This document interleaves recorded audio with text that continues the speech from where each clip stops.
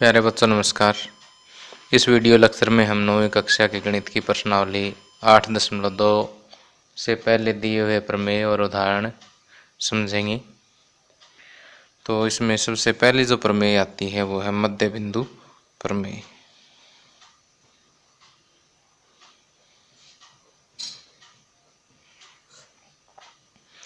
मध्य बिंदु प्रमेय क्या कहती है कि जैसे मान लीजिए हमारे पास ये एक त्रिभुज है, इसे हम नाम दे देते हैं ABC। अब AB का मध्य बिंदु मान लेते हैं D है और AC का मध्य बिंदु E है। तो मध्य बिंदु प्रमेय के अनुसार DE की लंबाई जो है वो BC की लंबाई से आधी होगी। DE बराबर BC का आधा होगा और साथ ही DE जो है वो BC के समांतर होगा। ये जो है परिणाम और कुछ नहीं है, ये मध्य बिंदु प्रमेय है कि यदि किसी त्रिभुज ABC की भुजा AB और AC के मध्य बिंदु क्या है, D और E है, तो DE BC के समांतर होगी और DE BC से आधी होगी। या इसको हम और भी जनरलाइज करें तो एक त्रिभुज की किन्हीं भी दो भुजाओं के मध्य बिंदु अगर हम मिला दें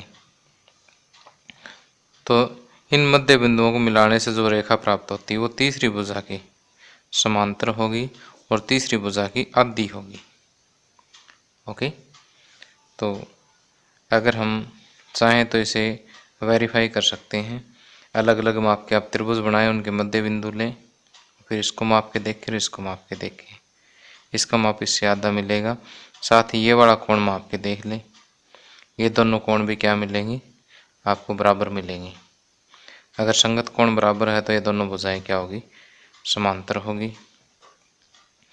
तो इस तरह से आप अलग अलग माप की त्रिभुजें बना करके मध्य बिंदु प्रमेय को वेरीफाई कर सकते हैं। तो मध्य बिंदु प्रमेय के आधार पर हम आगे प्रमेय सिद्ध करेंगे और इसमें दिए गए उदाहरण और आगे जो प्रश्नावली के प्रश्न हैं उनको हल करेंगे। आगे प्रमेय 8.9, किसी त्रिभुज की किन्हीं दो भुजाओं के मध्य बिंदुओं को मिलाने वाला रेखाखंड तीसरी भुजा के समांतर होता है। तो देखिए यहाँ पर हमारे पास ABC एक त्रिभुज है और E और F क्या है, भुजा AB और AC के मध्य बिंदु है। अब आपने ये सिद्ध करना है कि इन दो भुजाओं के मध्य बिंदुओं को मिलाने वाला ये जो रेखाखंड है तो वो तीसरी भुजा के समांतर होगा। ओके, यानी ये वाला रेखाखंड जो है इसके समांतर होगा। तो यहाँ पर आपको दिया है त्रिभुज ABC में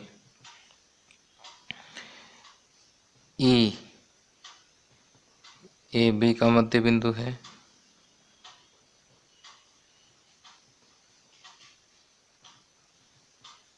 तथा FAC का मध्य बिंदु है, अर्थात कि AE बराबर EB तथा AF बराबर FC है। क्योंकि मध्य बिंदु है तो जितनी भुजा ये है उतनी ये रहेगी, इसी तरह से जितनी ये है उतनी ये रहेगी। तो अब आपको सिद्ध क्या करना है,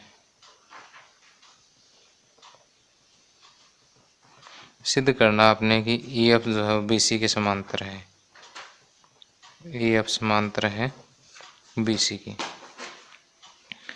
तो अब ये सिद्ध करने के लिए हम एक रचना करेंगे। रचना ये करेंगे कि CD जो है वो अब BA के समांतर CA से एक रेखा लेंगे जो EF को आगे बढ़ाने पर D पर प्रतिच्छेद करती है। रचना में हम कहेंगे BA के समांतर C से एक रेखा खींची जो EF को आगे बढ़ाने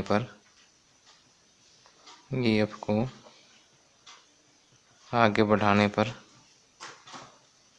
बिंदु D पर प्रतिच्छेद करती है।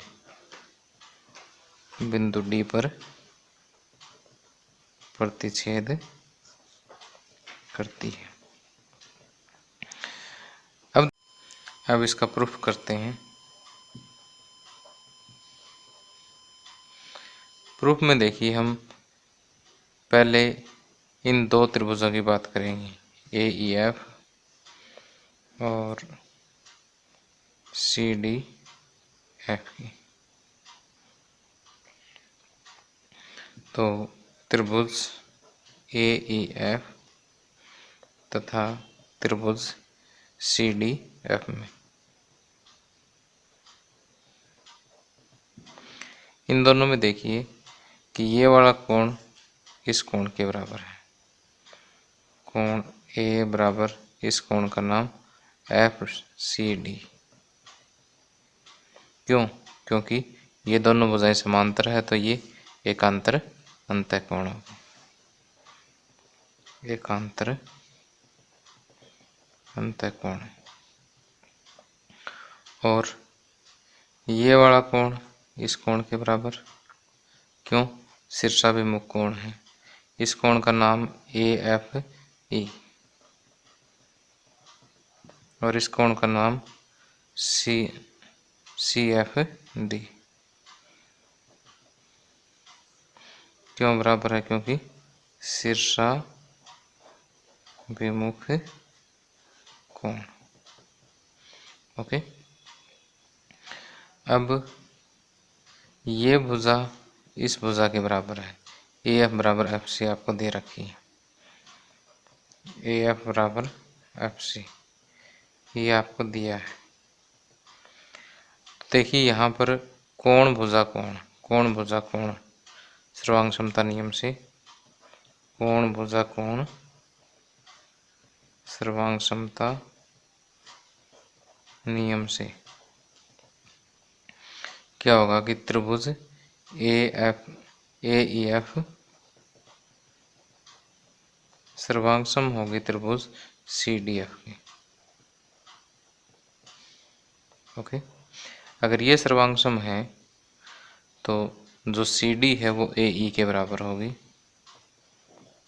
CD बराबर AE। क्यों? क्योंकि CP CT द्वारा। अब क्योंकि ये दोनों त्रिभुज सर्वांग सम है, इसलिए सर्वांग सम त्रिभुजों के संगत भाग बराबर होते हैं, इसलिए CD बराबर AE हमने यहाँ लिख भी दिया है CP CT द्वारा। तो अब हमें ये पता है कि AE किसके बराबर है? BE के बराबर है, क्योंकि ये दे रखा है कि ये मध्य बिंदु है, तो AE किसके बराबर है? AB के बराबर है। तथा BE भी किसके बराबर है? AE के बराबर। ये आपको दिया है। तो यहाँ से इसे मैं 1 कहूँ और इसे मैं 2 कहूँ समीकरण। तो यहाँ से देखिए दोनों समीकरणों की राइट हैंड साइड इक्वल है, तो left hand side automatic equal हो जाएगी 1 व 2 से। CD बराबर BE। CD भी किसके बराबर होगी? BE के बराबर होगी। और ये हमने इसके समांतर ली थी तथा CD समांतर है BE के। तो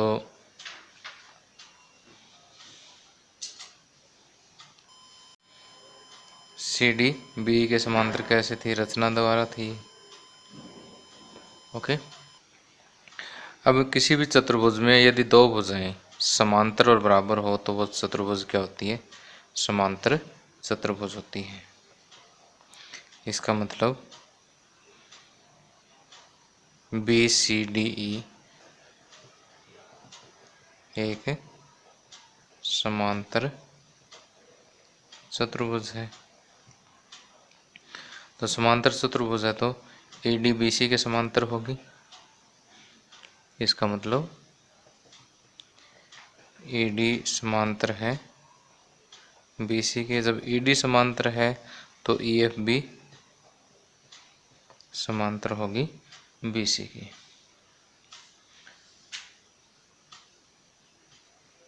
तो ये चीज़ तो हमें सिद्ध करनी थी कि EF जो है BC के समांतर है। साथ में हम ये भी सिद्ध कर सकते हैं कि EF जो है वो BC का आधा है। कैसे सिद्ध करेंगे कि ये अभी हमने देखा कि AD बराबर क्या है, BC है, और ED किसके बराबर है, EF प्लस FD के बराबर, EF प्लस FD। और FD और EF आपस में क्या है, बराबर है। तो EF प्लस FD को भी मैं क्या कह सकता हूँ, EF बराबर BC। क्यों कहूँगा, क्योंकि FD बराबर EF CPCT द्वारा।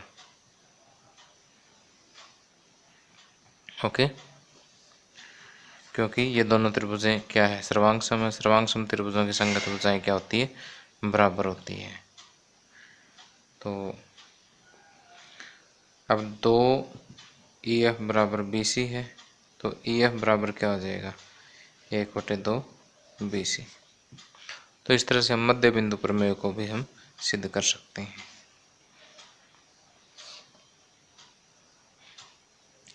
तो वैसे प्रमेय 8.9 तो यहाँ तक सिद्ध हो गया था। आगे आप और एक्स्ट्रा करना चाहो तो ये भी कर सकते हैं। तब आप इस वीडियो को पॉज करके नोट कर लें। अब आगे प्रमेय 8.10, किसी त्रिभुज की एक भुजा के मध्य बिंदु से दूसरी भुजा के समांतर खींची गई रेखा तीसरी भुजा को समद्विभाजित करती है। तो देखिए यहाँ पर ABC हमारे पास एक त्रिभुज है। इसकी एक भुजा AB, एक भुजा के मध्य बिंदु, एक भुजा का मध्य बिंदु मान लेते हैं E है। E में से एक रेखा खींची जो कि दूसरी भुजा BC के समांतर है।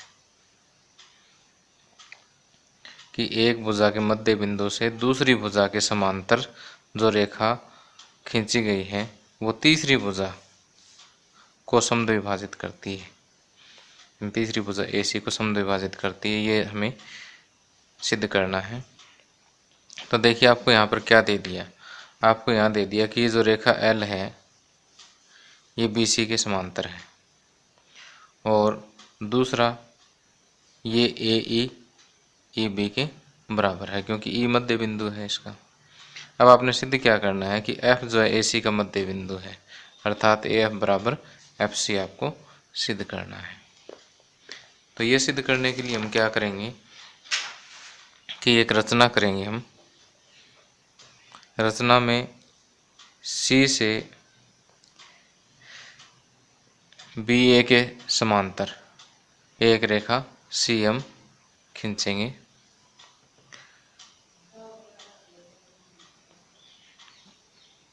CM समांतर AB खींची जो L को या रेखा L को बिंदु D पर प्रतिच्छेद करती है, बिंदु D पर प्रतिच्छेद करती है। अब देखिए हम अब जो हमें ये चीज़ सिद्ध करनी है वो सिद्ध करेंगे। प्रूफ इसका कि यहाँ पर देखिए कि AB समांतर है CM के, AB समांतर है CM के। कैसे, रचना द्वारा भी हमने रचना की। जब ए बी सी एम के समांतर है तो ए बी डी सी के समांतर है। इसका मतलब ए बी समांतर है सी डी के, ठीक। और ई डी बी सी के समांतर है, ए डी बी सी के समांतर, ये आपको दिया है। अब देखिए ये भुजा इसके समांतर और ये भुजा इसके समांतर, इसका मतलब बी सी ई डी,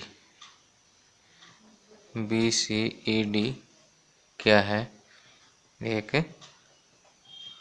समांतर चतुर्भुज है। अब अगर समांतर चतुर्भुज है तो इसकी सम्मुख भुजाएं क्या होगी, बराबर होगी। इसका मतलब बी ई किसके बराबर होगी, सी डी के बराबर होगी, क्योंकि समांतर चतुर्भुज की सम्मुख भुजाएं।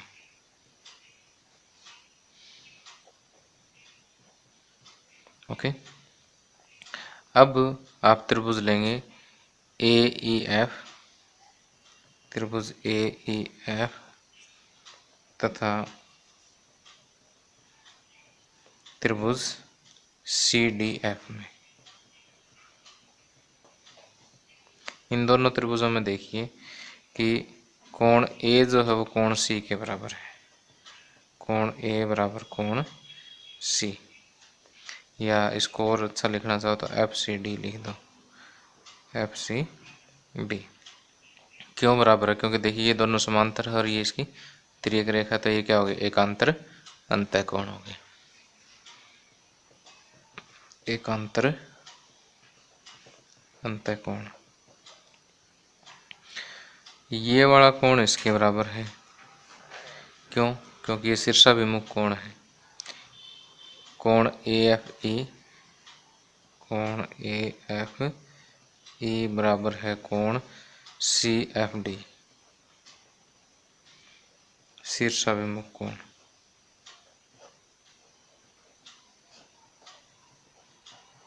ओके। अब डी सी भुजा जो है वो ए ई के बराबर होगी, डी सी बराबर ए ई, क्यों, क्योंकि डी सी ई बी के बराबर है, डी सी बराबर ई बी तथा ई बी ए ई के बराबर है। ओके, तो ये आपस में बराबर होगी, तो कोण कोण भुजा सर्वांग समता नियम से देखिए संगत भुजा बराबर और दो कोण बराबर है, तो कोण कोण भुजा सर्वांग समता नियम से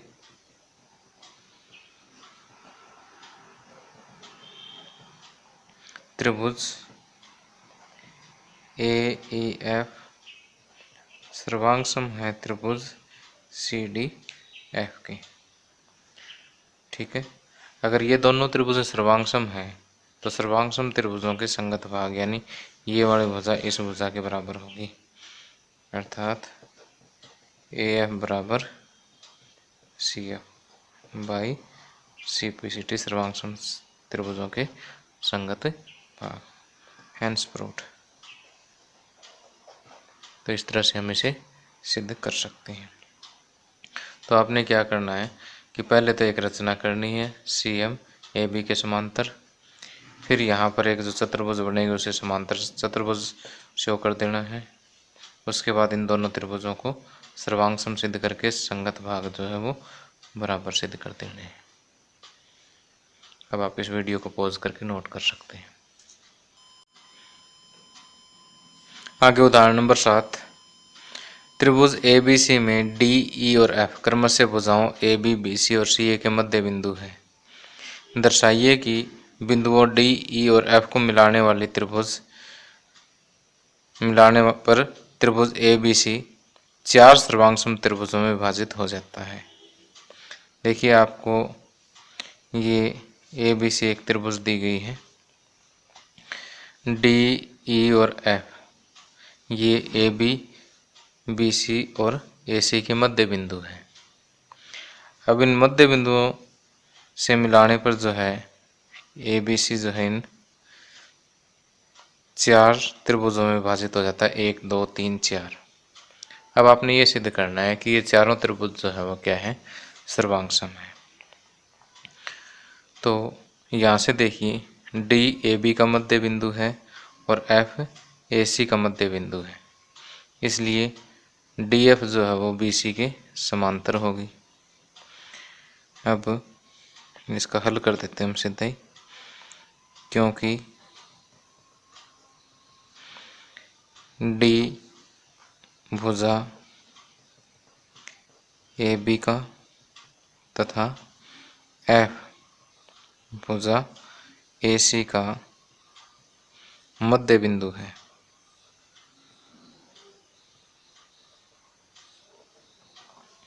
इसलिए डी एफ समांतर होगा बी सी के। और इसी तरह डी ई ये ए सी का समांतर होगा, क्योंकि डी ए बी का मध्य बिंदु है और ई जो है बी सी का मध्य बिंदु है। तो दो भुजाओं के मध्य बिंदुओं को मिलाने वाली भुजा जो है, रेखा जो है वो तीसरी भुजा के समांतर होती है। तो इसी तरह से डी ई समांतर होगा ए सी के और ई एफ जो होगा समांतर होगा ए बी के। ई एफ समांतर होगा ए बी के। तो यहाँ से देखिए कि क्योंकि ए बी ई एफ के समांतर है, क्योंकि ए बी समांतर है ई एफ के, ये वाला, और डी एफ समांतर है बी सी के। जब ए बी ई एफ के समांतर है तो इसका मतलब बी डी समांतर है ई एफ के, और इसी तरह से डी एफ समांतर है बी सी के, इसका मतलब डी एफ समांतर है बी ई के। ओके, तो ये भुजा इसके समांतर और ये भुजा इसके समांतर, तो ये क्या बन गई, एक समांतर चतुर्भुज बन गई। इसका मतलब B E F D, B E F D एक समांतर चतुर्भुज है। और ठीक उसी तरह से इसी तरह जैसे ये समांतर चतुर्भुज है, इसी तरह से एक यहाँ पर भी समांतर चतुर्भुज बनेगी, ये वाली। ओके, और एक समांतर चतुर्भुज आपको ये भी मिलेगी। तो हम लिखेंगे इसी तरह से डी ई सी एफ तथा D E F A, D E F A भी समांतर चतुर्भुज हैं।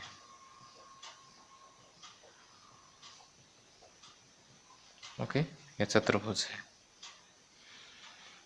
अब चतुर्भुज इसी को ही ले लेते हैं हम बी ई एफ डी में।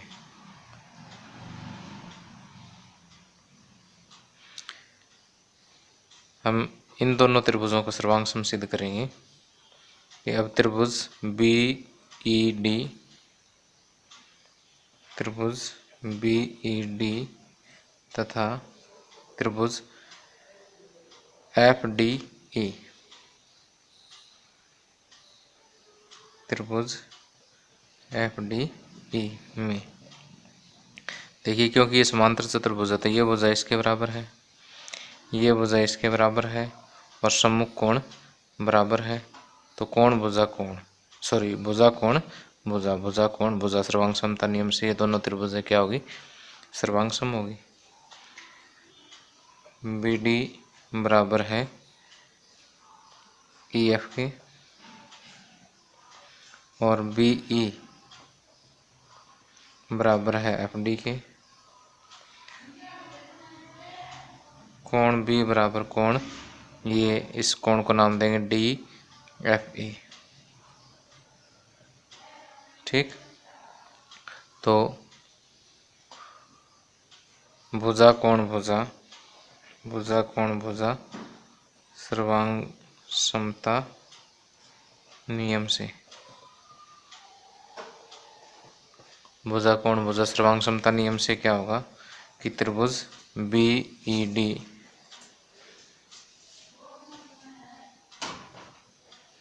सर्वांग सम होगी त्रिभुज एफ ई डी की। ओके, तो ठीक उसी तरह से इसी तरह त्रिभुज, अब हम अगर ये वाले चतुर्भुज कंसीडर करें तो इसमें भी एफ ई डी जो है त्रिभुज एफ ई डी किसके सर्वांग सम होगी। देखिए इसका संगत ये वाला होगा, इसका संगत ये वाला होगा, तो ई एफ ई डी तो ई एफ सी सर्वांग सम है त्रिभुज ई एफ सी, तथा इस चतुर्भुज में त्रिभुज एफ ई डी सर्वांग सम किसकी होगी एफ ई डी। अब f का संगत कोण d है तो f की जगह d आ जाएगा, इसका संगत ये है तो e की जगह पर a आ जाएगा और d a f। तो देखिए यहाँ पर एफ ई डी यानी एफ ई डी ये वाली जो चतुर्भुज है सॉरी त्रिभुज जो है वो इसके भी सर्वांग सम है, ये वाले इसके भी सर्वांग सम है, ये वाले इसके भी सर्वांग सम है।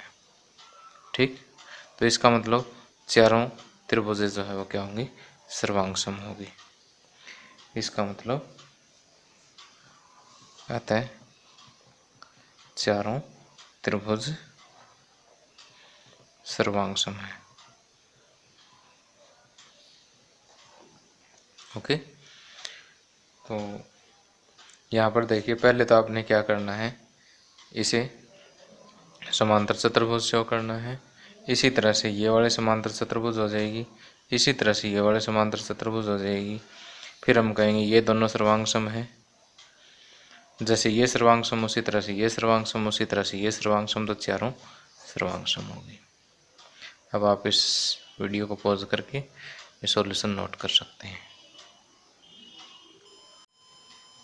आगे उदाहरण नंबर 8, एल एम और एन तीन समांतर रेखाएं हैं जो तिर्यक रेखाओं पी और क्यू द्वारा इस प्रकार प्रतिच्छेदित है कि एल एम और एन रेखा पी पर समान अंतःखंड ए बी और बी सी काटती है। दर्शाइए कि एल एम और एन रेखा क्यू पर भी समान अंतःखंड डी ई और ई एफ काटती है। तो देखिए इस आकृति के माध्यम से समझाता हूँ आपको कि यहाँ पर देखिए जो रेखा, एक रेखा दी हुई एल, दूसरी रेखा है एम और तीसरी रेखा है एन। एल एम और एन ये तीनों रेखाएं समांतर दे रखी है। साथ में आप लिख भी देते हैं, दिया है क्या कि एल समांतर है एम के और वो समांतर किसके हैं एन के। अब देखिए एक रेखा पी, इसको इस प्रकार प्रतिच्छेदित करती है कि जो ए बी जो हिस्सा है वो बी सी के बराबर है, ए बी बराबर बी सी है। और अब आपको सिद्ध ये करना है कि एक रेखा क्यों भी इन तीनों को प्रतिच्छेद करे तो ये वाला हिस्सा जिसे डी ई का नाम दिया हुआ है, ये इस हिस्से यानी ई एफ के बराबर है। तो आपको सिद्ध क्या करना है, सिद्ध करना है कि डी ई बराबर ई एफ। अब आप एक रचना करेंगे कि ए को एफ से मिला दें, ए और एफ को मिलाया, ए एफ बी ई को बिंदु जी पर प्रतिच्छेद करती है, ए एफ बी ई को बिंदु जी पर प्रतिच्छेद करती है।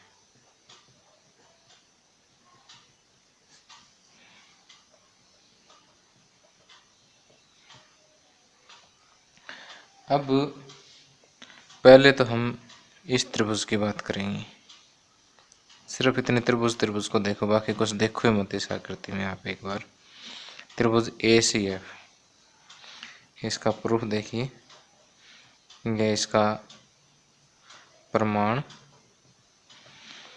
कि त्रिभुज ए सी